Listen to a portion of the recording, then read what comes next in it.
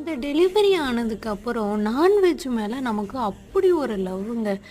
Any time non veg குடுத்தாலும் சாப்பிட்ற கேரக்டராவே நான் இப்போ பல நாளா வந்து மாறிட்டுருக்கேங்க. டெய்லி 3 டைம்ஸ் குடுத்தாலும் வந்து சாப்பிட்ற மாதிரி தான் என்னோட வாய் வந்து கேட்டுட்டே இருக்குது.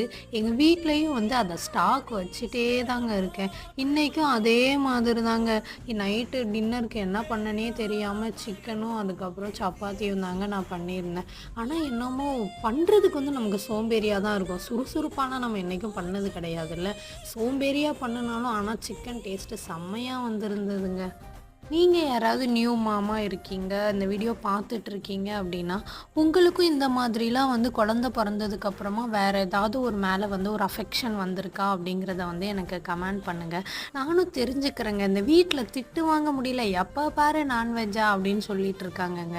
வீடியோ ஃபுல்லா பார்க்குறீங்க. ஆனா சப்ஸ்கிரைப் தாங்க பண்ண மாட்டேங்கிறீங்க. கொஞ்சம் அத பண்ணி